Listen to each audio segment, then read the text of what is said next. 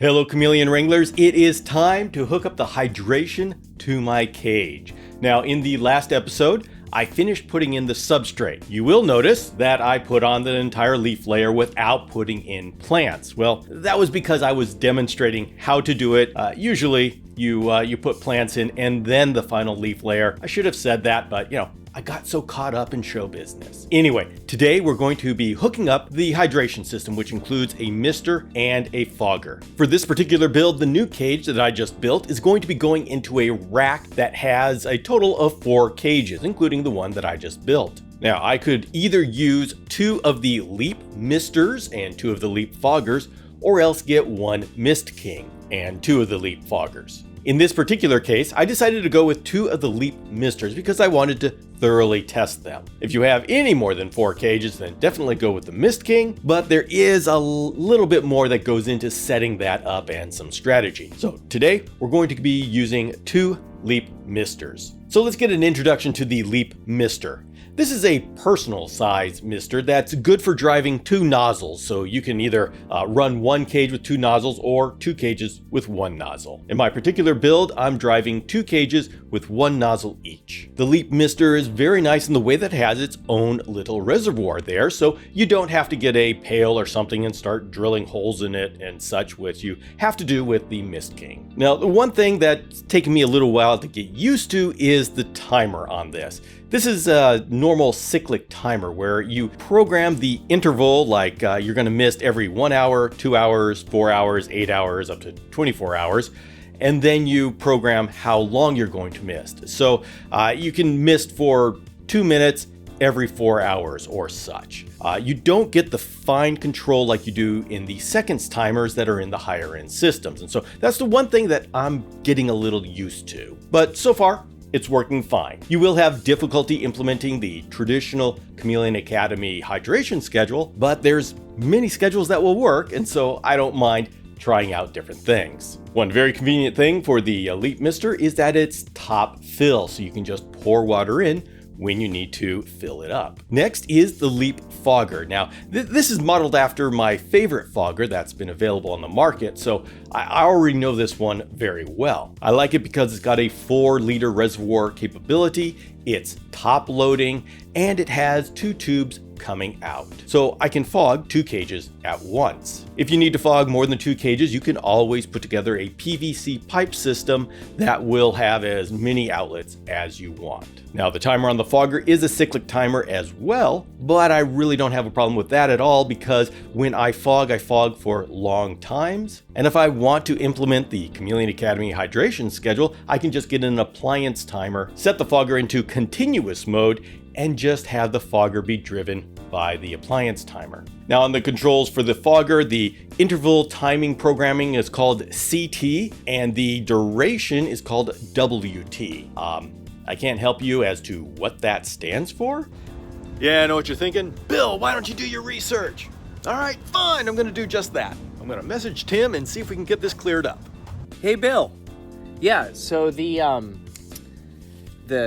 labeling on the fogger isn't actually that difficult once you understand what it means. So CT means count time, and that's the amount of time in between every every fogging cycle, whereas WT means wait time, and that's the amount of time that the fogging cycle actually occurs. In the future, I will absolutely fix the logic of that because I gotta say it doesn't make perfect sense. But basically, again, just to repeat, on the left is your count time, and that is how long in between every fogging event. And then on the right is the wait time, and that's how long the fogger goes on for. So I appreciate you asking, and hope that helps.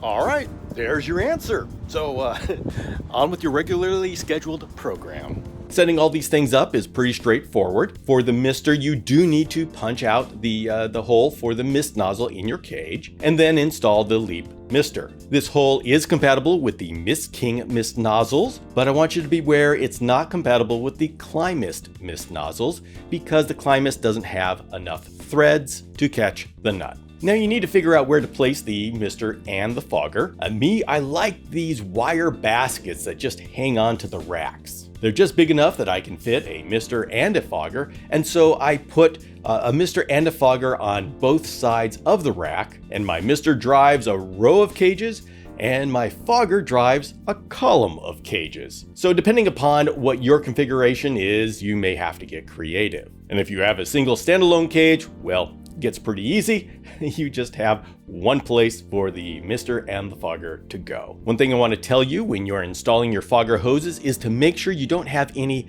dips in the hose, because that's going to kill your fog output. Now, just like I said before, this becomes a learning opportunity for people who grew up in the Chameleon community misting in a screen cage. This is going to be different. We're going to have to rely a lot on the fogging to keep the Chameleon hydrated, and the misting just gives a little bit so the Chameleon can top off. The problem is, whatever water we put into the system, it stays in the system. And we can only put in enough that our drainage layer can handle, so it all depends on how deep your drainage layer is. But you will be surprised at how little misting you actually need to do if you use fogging strategically. And by strategically, I mean keep the night humid. How long you fog and how dense the fog is going to be dependent upon where you live and what your ambient conditions are. If you live in London and you've got pea soup fog that comes in on a regular basis, you're not going to be fogging your cage much. If you're living in Arizona that has single-digit humidity, yeah, you're going to be doing a lot more fogging. So we are going to have to come at this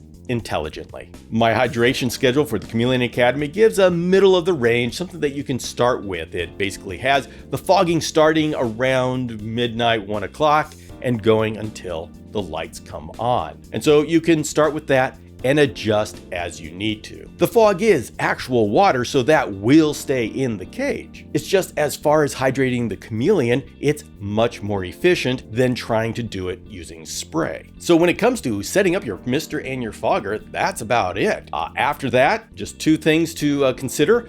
First of all, you want to use the water with the least amount of minerals. I use drinking water. It's got a little bit of minerals in it, but if you use hard water, you're going to be getting those mineral spots all over your cage. And although that's not necessarily dangerous, it's ugly. And we're not doing this to have an ugly cage. And second, you need to keep the system hygienic.